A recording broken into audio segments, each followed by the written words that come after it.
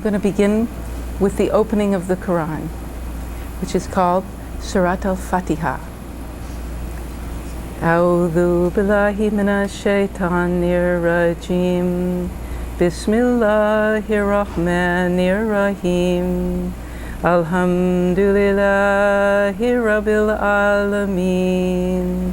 Ar-Rahmanir Rahim. Maliki yawmiddin. Iyyaka na'budu wa iyyaka nasta'in. Ihdina siratal mustaqim. Siratal ladhina an'amta alayhim. Ghayril maghdubi alayhim wala dallin. Amin.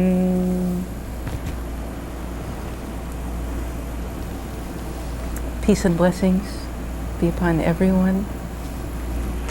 May we be inspired by the presence of God to be aware of His nearness to us, of His love for us, our love for Him. The male pronoun is just linguistic because God is not like us. He doesn't have any sex. He is light upon light. And so we're existing in that realm as we enter into this discourse is sharing and caring. And so the first thing I say is Assalamu alaikum wa rahmatullahi wa barakatuhu.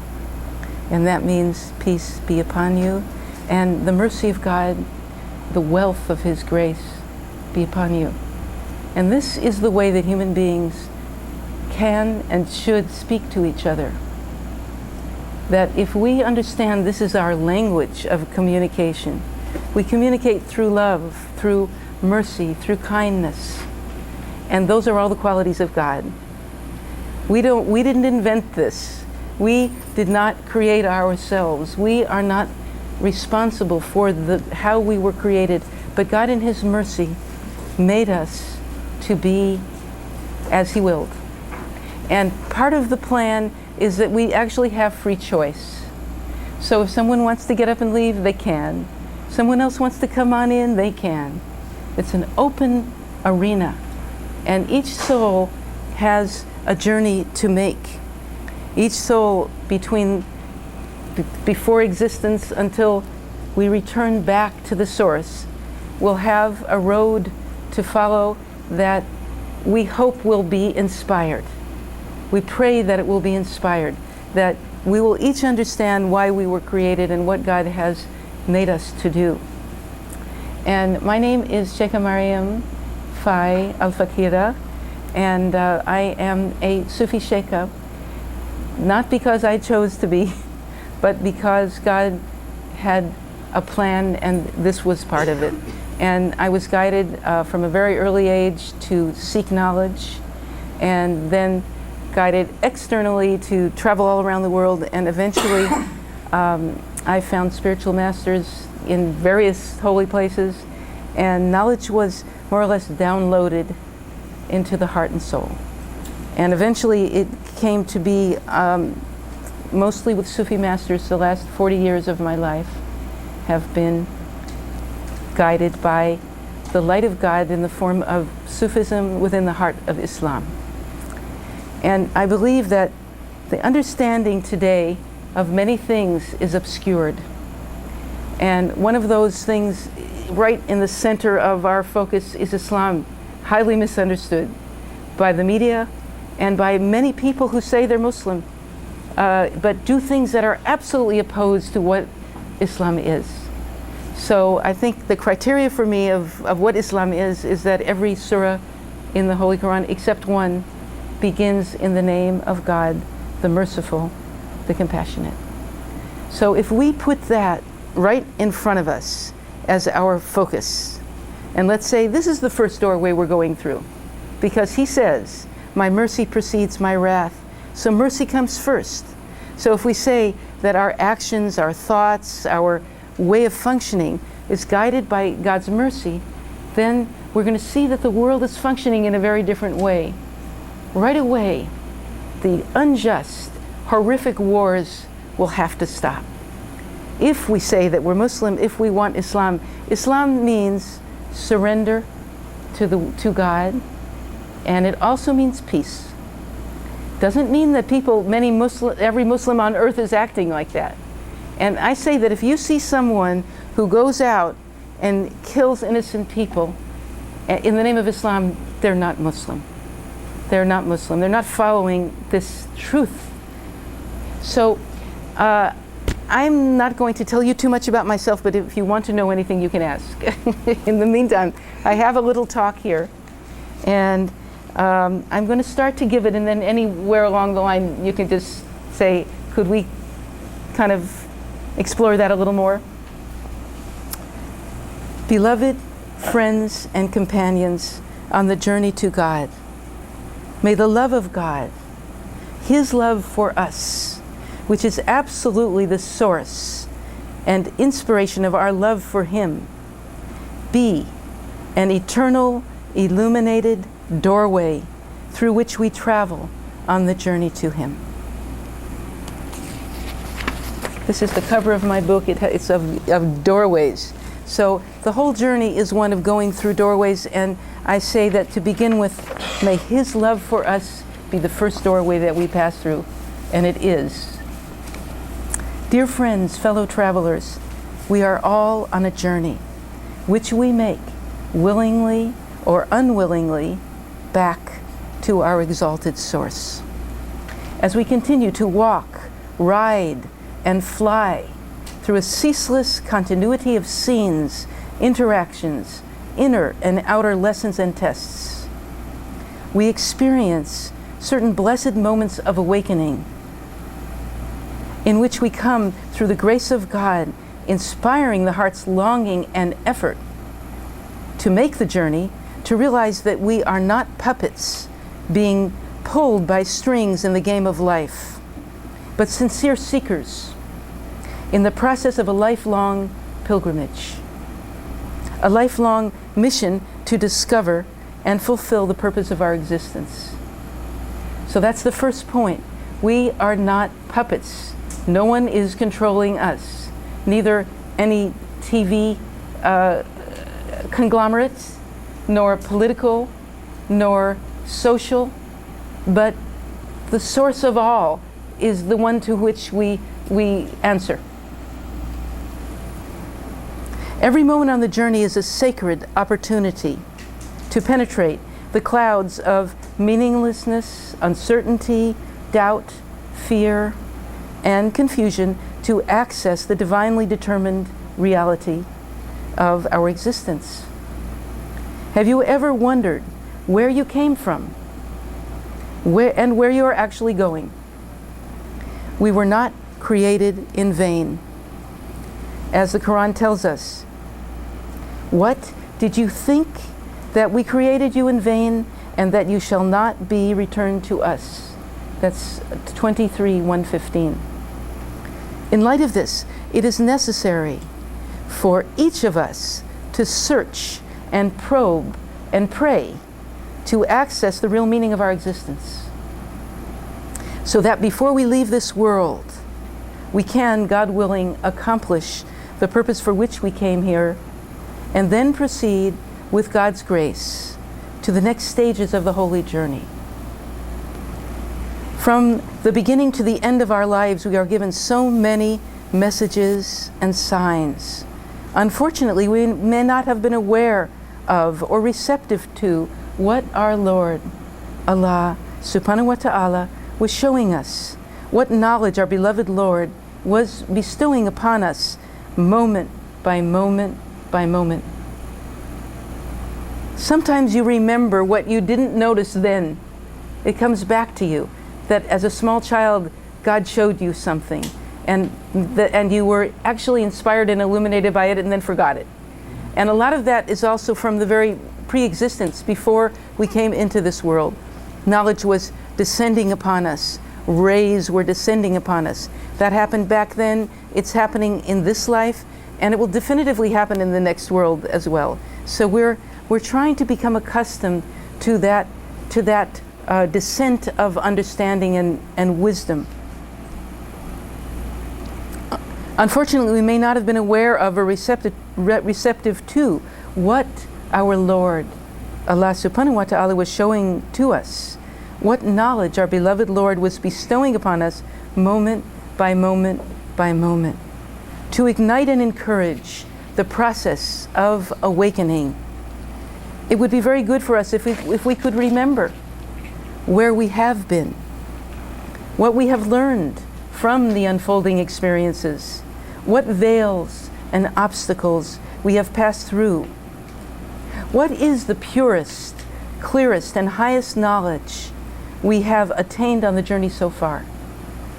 And what we now understand about where we are going from here.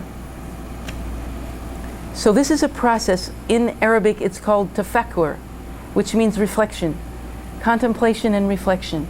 And even as we sit here, my goal and my purpose is to awaken in you, to inspire in you, to invite you to reflect upon your own life, the signs of God, as they have, it says, that have manifested both within yourself and in the horizons, so that you will realize that truth itself is truth. You start to sort out in the middle of all these scenes where the truth resides, what were the deepest experiences in your life where you knew that truth was itself truth, and what is the truth. This is like one of our challenges, to find out how to discern what is real from what is not real. So when you listen day after day to the media, you have to wonder, is any of it real? And I think we do listen, we do wonder, what in the middle of this whole complex of information actually is real? And because a lot of it is not real, then we have to become independent of that, of the enculturation of process, of that imposition of ideas. Because after a while you start believing something that's completely not even true to you. And you wake up in the morning fearful of something that you don't believe even exists. And that's a lot of what the society is doing at this particular point in its process of revealing itself. You know, gradually you say, there must be something else, some other frame of reference that is more substantial, more validating, more inspiring, more clear for us. So you start searching, and this is what happened to me when I was very young. I had this awakening when I was 12. Someone gave me, I was acting in the theater company, and the assistant director gave me a scroll. It had an ancient man with a staff, a lantern, and he was walking in the mountains. His beard was blowing in the wind, and he was me in reality. I got it. I said, that's who I am. I was 12 years old in Hollywood, California. But the ancient seeker was my real being. It was what I found at that moment to be true. And I've never lost that perception as being the most valid thing that the most valid identifying factor of myself. So it said on that, I have a question. Please. With that realization that you just gave to us, how would it relate to the veils? Was that your first veil awakening? Yes, it wasn't the first, because all those moments in the cradle and the next moments after that, the life is like this continuum where you keep on seeing and understanding things, but you don't know what you're seeing and understanding. And that's what it was. I was passing through veils without knowing it. And then at that moment, that knowledge came to me that in fact I was a seeker on the journey in search of awakening knowledge. And yes, that was definitely a penetration of a veil. Because I grew up in a family that was basically agnostic, and people weren't speaking about the things that I was experiencing inside. So at that moment, those words were then the mirror of the true soul, or the self, the intentional being and its purpose. And it was a big penetration. Because at that moment, suddenly I said, wow, everything that I thought before this was not really what I was looking for. But this is it. And then it just continued to be that way forevermore. That I found that my whole life is a journey. And that's why this is called Journey Through 10,000 Veils. And it's, of course, symbolic. That there's no way of counting it. And I'm just encouraging you to know, to see where you are and what is necessary to penetrate. Where are we going now? What do we need to see through? And by what means can we see? By what illumination can we see what is there that's on the other side of that veil? Thank you. Yes? In your process of writing this book, I'm sure you went through a lot of reflection, and you were already a reflective person, obviously, from a young age. But do you suggest any tools for people to become more reflective, because we're so saturated by the media and so many attentional demands, like journaling, or do you recommend anything like that as a tool? Sure. Journaling, breathing, praying. The first thing of all is to know that we exist in the presence of God, who is mercy, compassion, love, wisdom, light, knowledge. It's that awareness of existing in that presence that is the dynamic factor that transforms everything. Because every single second of the day we're in this realm of possibility, of knowing that God hears and sees us. We can't see Him. We cannot see God, but definitively, sitting here as we are in this room, He's watching us. He's aware of us. He's with us. He wishes the very best for us. He wishes us to know truth from falsehood, to be good, to do good, to release the false impressions that keep us imprisoned. So, let's say from the moment that you're born into this world, certain impressions come to you that are not coming from that source of truth. And that's called conditioning, that we've all been through. Every one of us has been through some conditioning where somebody said, believe this, and it wasn't true, right? And that's come to a head in our civilization right now, where we have all this media projecting all these images. And, you have to kind of like remove yourself from that interaction. So meditation is one way that is very valid. In our tradition, we bow down many times a day. And that's a great thing to do. Just put your burden down on the ground and know that the Most High is like enveloping you in grace, And then you keep breathing through in between the times of prayer. We do a lot of meditation. That's why I have these beats here. So I keep on, in the middle of any show, in the middle of any trip, thousands of moments of remembrance are available. And each one of us may do it in a different way. But I'm focusing on the aspect of meditation, remembrance, and prayer as tools of liberation, really. Then seek knowledge. Seek knowledge wherever you're guided to find it. And so that's what happened to me, is that I went out and I was guided without a map ever. I never followed a map to the most amazing places and people. And she knows about it because she's read the book, but we met at an earlier blessed moment in our journey. So it's like paying attention to the signs of God as they are continuously manifesting. I think that's what I said to begin with. And I have great trust in every living being who's making the journey that the signs are coming to you, each of you. Journaling, however, is excellent because you start taking note of just what God has shown you. One thing that happened to me is that almost everything negative did not get written down. If it got written down, it got erased. So any moments that appear to be negative were not negative, because it was just a kind of like process of purification. So a certain amount of our enculturation is picking up a certain amount of things, right? And then you have to release them.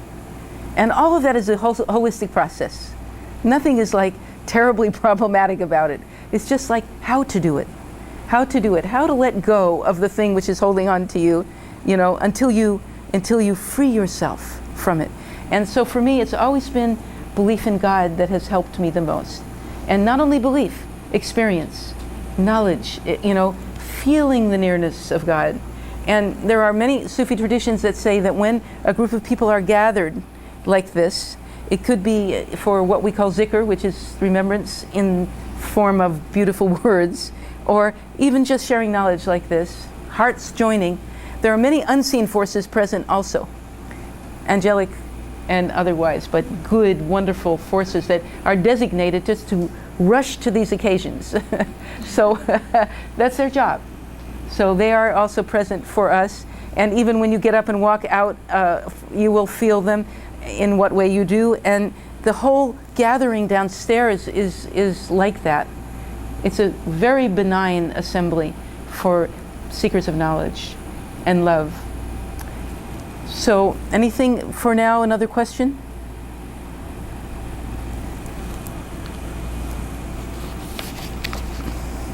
Let us go back to the beginning of our life in this world. Each of us may remember the miracle of a baby being born. I just met a baby a few minutes ago that was so full of light, so joyous. But do we remember our own birth and babyhood? Have we not, upon meeting and interacting with a beautiful baby who is expressing nothing but purity and light, felt that that baby was manifesting something deeply connected to something in us? When you see a baby, even sometimes an animal, that is just purely resonating, it's something that shows you something of yourself, and that baby can see you too. That's what just happened. The baby kept looking at me because she saw herself in me. I saw myself in her. Have we not, upon meeting and interacting with a beautiful baby who's expressing nothing but purity and light, felt that what the baby was manifesting is deeply connected with something inside ourselves? But do we remember our first steps, our first words, our first clear impressions of the world within and without? When do the conscious memories begin? At what moments in our unfolding journey did we become conscious of being in the exalted presence of the one who created us and is calling us to return? So that's my first assignment, to become conscious of the earliest times of your life, not the traumas, but the exalted moments where you found that God was really sending love to you, sending light to you. You had those aha moments, like I did when I was 12, but I said, it happened before that time. Remember how you took your first steps? Remember that delight? You know, I have pictures of my son taking his first steps. It was like a wondrous event. And how the words came out, and how you begin to realize you can see and hear, and how you taste the food, and how it goes into you and gives you strength. These are like the miracles of our journey that start way back then. Then look at other times in your life as you go on, and there are more signs from God. Like I was coming in on the plane, actually coming back from San Francisco to Philadelphia right before coming here, and my earlier flight was delayed. It was a night flight, so I came early in the morning, and the light was like pouring through the clouds, and everything was so radiant. What can we say about that? You know, is that a sign of God? To us, it was to me. You know, I'm not saying you have to believe in God just because you saw those beautiful clouds, but they're a sign. So is everything, potentially. The fact that we're still breathing right now is by the grace of God, the mercy of God that willed us into existence and continue to sustain us now. How we're still alive. I was just listening to stories about people who came back from death, apparently. You know, this lovely lady came to my booth and she was telling me about people who were misdiagnosed. They thought they were at the end of the line completely. It wasn't true. That's part of the myth that the world is projecting of terror and fear, and that death is something terrible, even so, or illness. We could think all that if we believe, certain more common thoughts. Certain common thoughts make people afraid of death, illness, and of loss. Guess what? I lost that dark night flight and got that beautiful, radiant morning flight. And the night was difficult. I had only 3 hours of sleep. They put me in a hotel. It was difficult, you know. But the morning was beautiful. That's when I was designated to go. So it's very important, and the Quran tells us, surely with difficulty comes ease. So I wanted to encourage you that as a difficulty is manifesting, apparently, there's something right behind it. That's the beauty and the grace of what is really trying to come to you. And you have to go through that, just like labor pains. You can't get to the other side. So you might be in that dark tunnel wondering where in the world you are. Just wait till you get to the other side.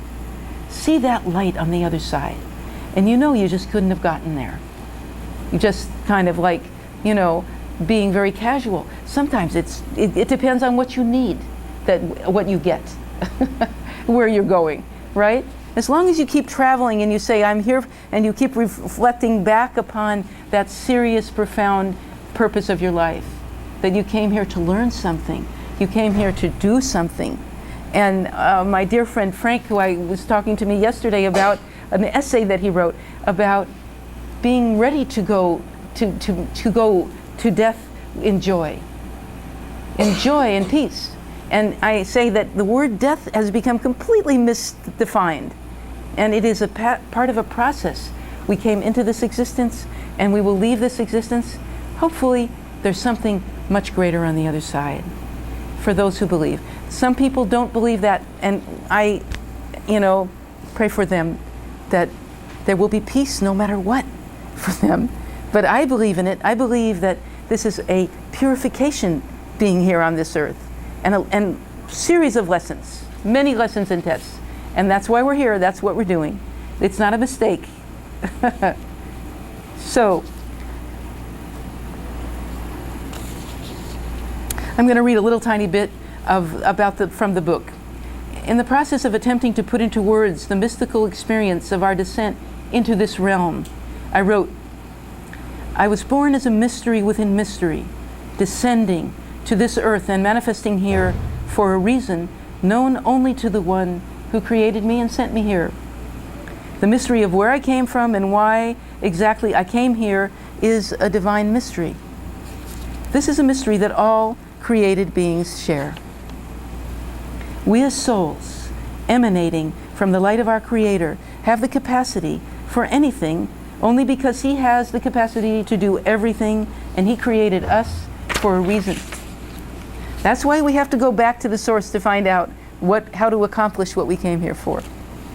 We came to this limited world from the unlimited realm of souls, where we existed within the divine presence, with precise tasks to fulfill, tests to pass through, and lessons to be learned. From the vast sphere, that unlimited world, my soul was sent to incarnate in Hollywood, California in 1946. And although I happened to land there for a reason, yet was my soul deeply connected to many other parts of the world I would have to discover. My mission in coming here has been an endless process of discovery.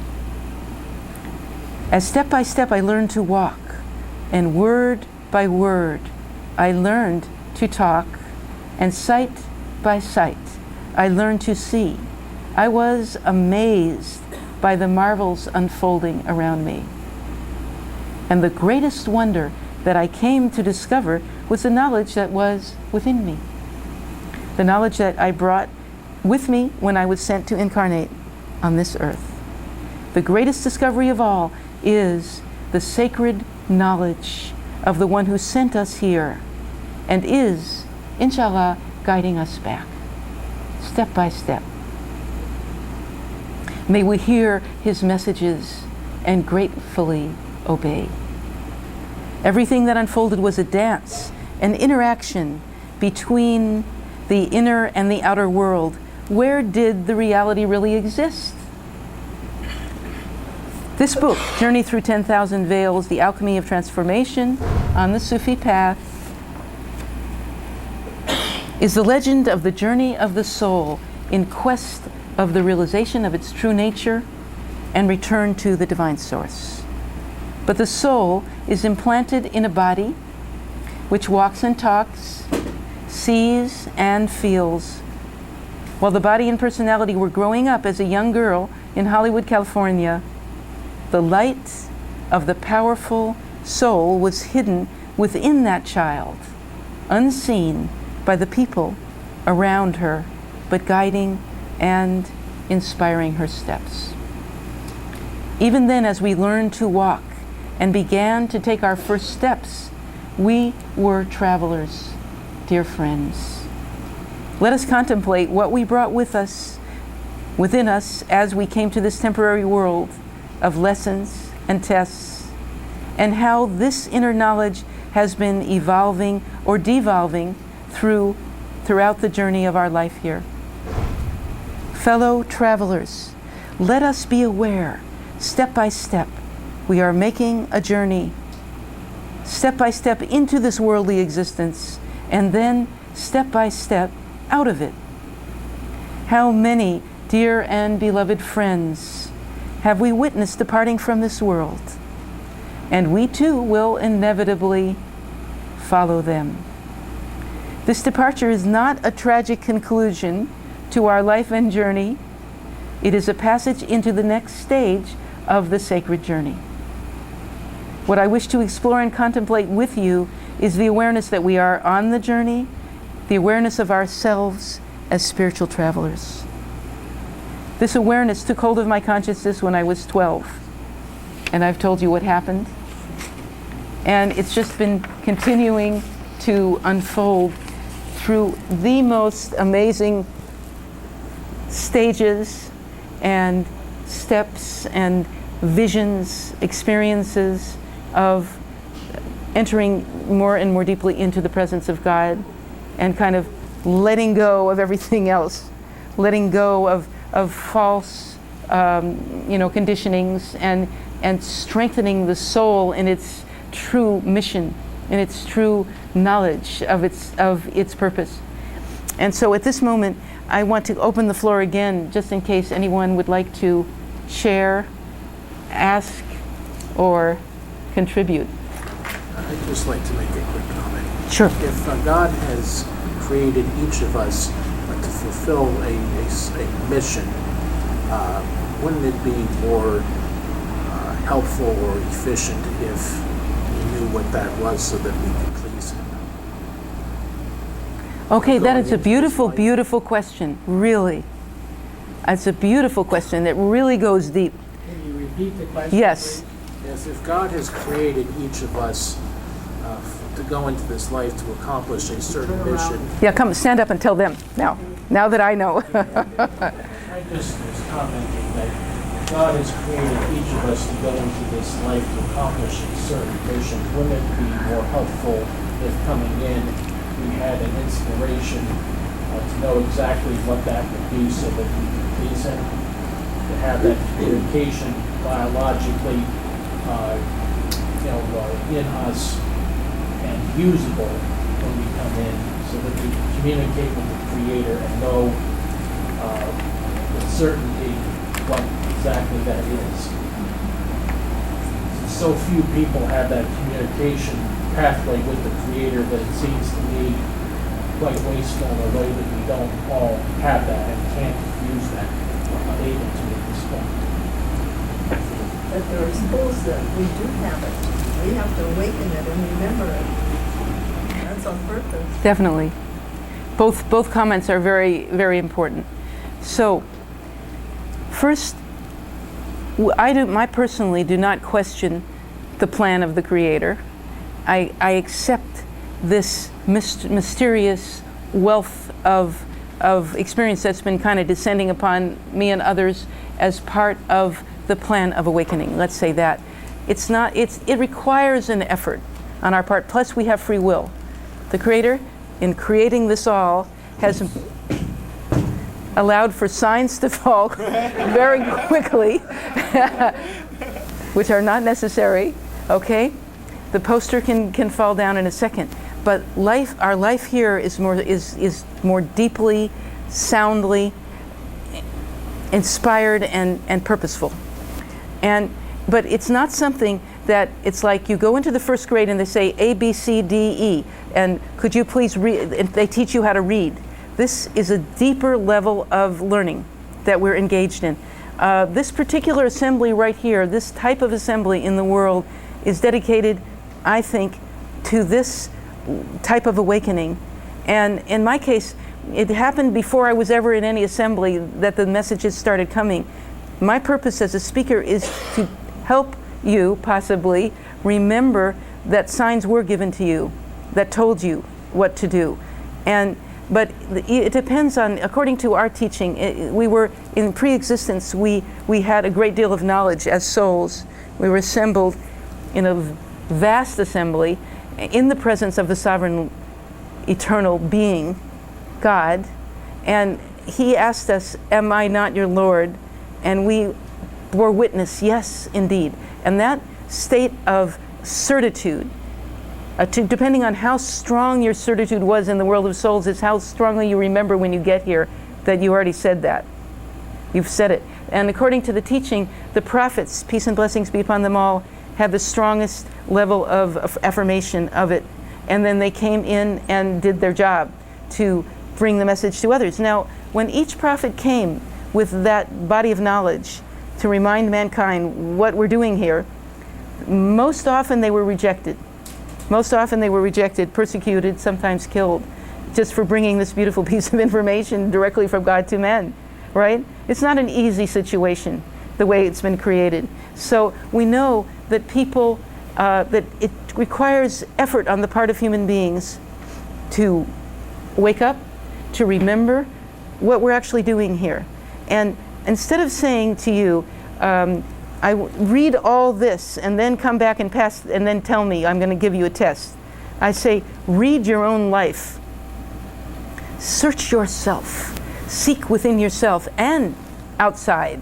Because it says, look, as I said before, it says, Quran tells us, you look at the signs, behold the signs of God in the horizons and in yourself.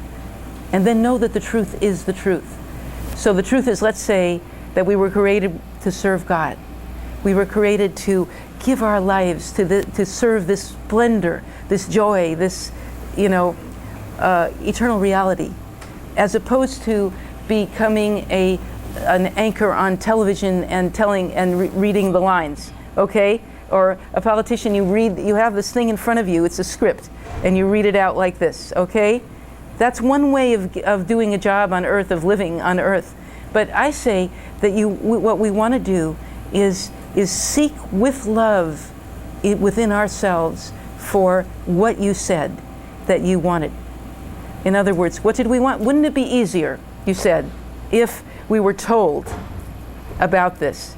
And so I think what we're saying, some of us are saying that we were told and that we forgot. And even that teaching that I mentioned says that in the world of souls we knew this. We said, yes, indeed, you are our Lord. We proclaimed it, right? And then we came into the world. We didn't want to come, really. We didn't want to come to this place, which we call fitna. It's a lot of tests here. It's a struggle here. And part of the tests that you struggle with are that you forgot that you actually had, knew what God wanted you to do.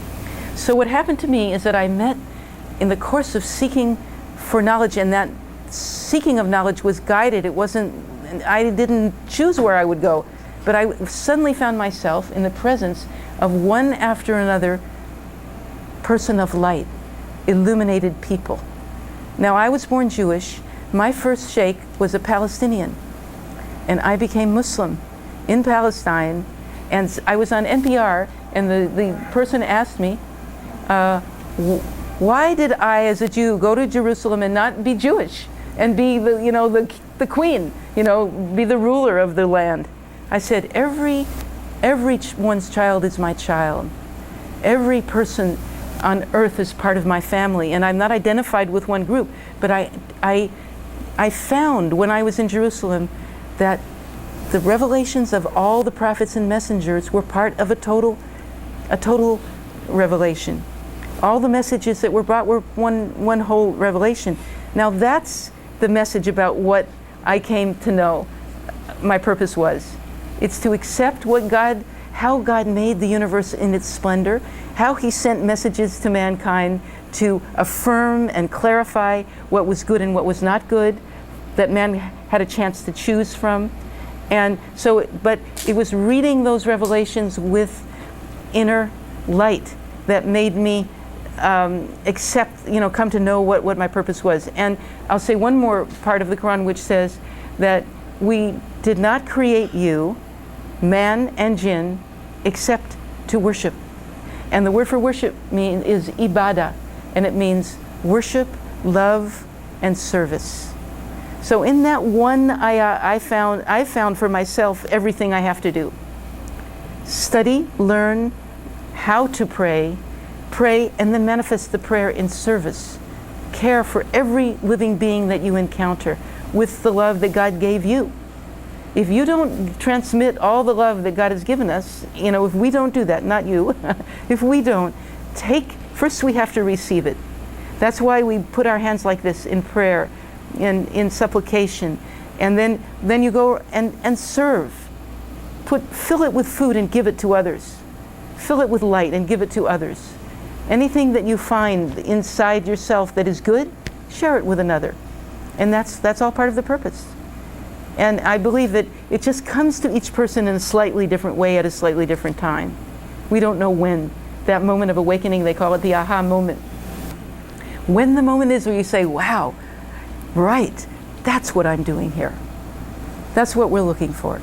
And that's why I go to these shows all the time and speak in one gathering or another, just to be a reflection to you or others, so that we, each and every one of us, can start to figure out the answer to what you said. Wouldn't it be easier if we knew what we were doing here, right? Well, we have to find out. Yes? Every child knows that they're not important, any more important than the other child. Every child knows that every other child deserves as much love as they deserve. Every child knows that. But every child is suffering. And we fail to love because we're selfish, because we're afraid. So God tells us right from the beginning what our job is. Our job is to love. But then we have to figure out what does love require. When we think about it, we study it, but it doesn't do any good. The only way to know what love requires is to love. And as soon as you love, you do exactly what love requires. That's a beautiful message, yes. I was wondering if maybe you could speak towards this idea that fear and control and death are essentially the same thing, and it kind of relates to me the idea of like the word Islam is to surrender, and that surrendering is kind of in line with being of service and and letting go of this control and I guess the internal conflict is that my ego tells me I have a certain mission, that it has to happen a certain way, but I've remembered this exaltation in the surrender to where I'm moved by spirit and by releasing this idea of control. But there's this conflict that's really strong with like the sense that it has to be brought about a certain way, but I find that when letting go, it's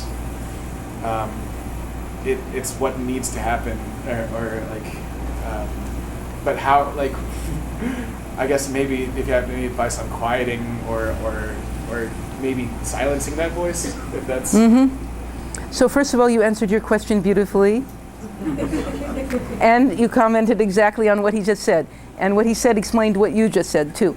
So that's easy for me. But I think that, yes, that it's not, death is not to be in that category with the fear and control. But surrender is the answer. Faith is the answer. Trust in God is the answer.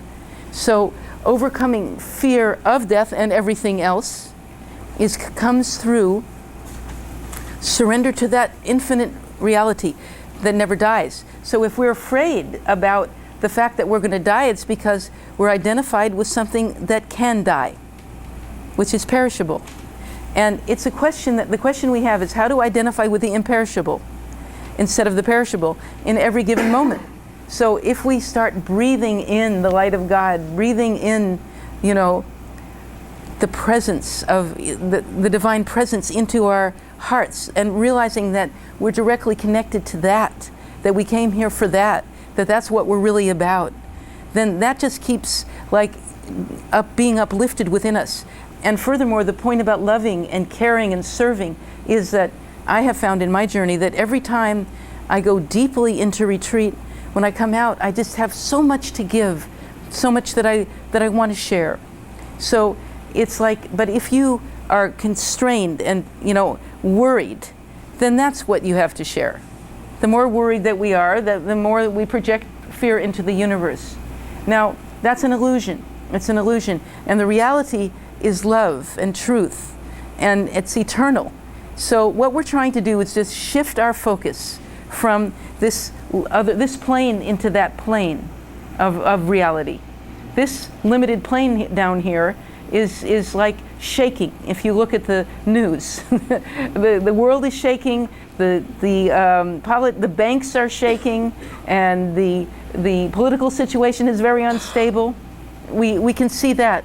So our choice is either to go along and shake with that, and just go along with everything they say. They say, be afraid of this. Your banks is going to fail. So then you're worried about that. Or even you have a terminal illness. Then there's a lot of fear associated with that. And anything else that you want to bring up. It's anything we want to bring up that is part of the temporal realm. It will end. So why are we buying into this concern about it? It has to end. It has to end. And when that moment of death comes, we want to be prepared for that transition, for that elevation, for that graduation, for the return to the source. That's what the Sufis say. It's a bridal celebration. It's a marriage with God. So why don't we do that now? Let's we call it die before death, which means celebrate the eternal step by step, stage by stage. Let's say you see something so beautiful in nature. Honor the fact that the one who created it is sending you that message. This is a love letter from God to us. Equally, the words that were part of the scriptures that we read it with the love of God and know that He's speaking to you. And I think that we may be perhaps we're coming to the end of our time here. Just like everything else, it has an end. So what I want to do is complete our circle by focusing on meditation and on joy and celebration and thanksgiving, and be grateful, and then more and more and more blessings will come. That's one of the key issues, is to open up the doorways of gratitude. Every single thing that comes to you, thank God for that. Wonderful blessing.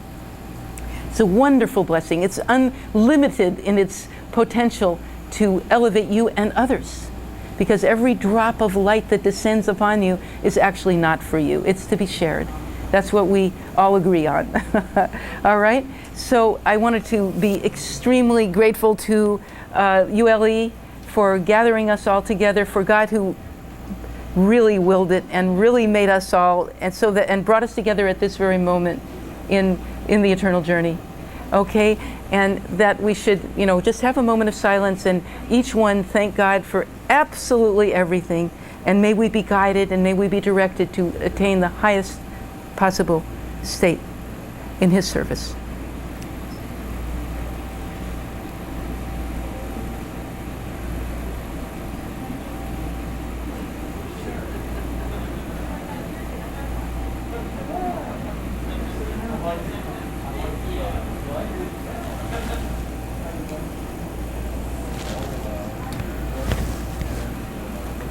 Abundant peace and blessings upon everyone. And I am down in booth number 425, and everybody is welcome. We can sit down and share one-to-one, or 2 and 3.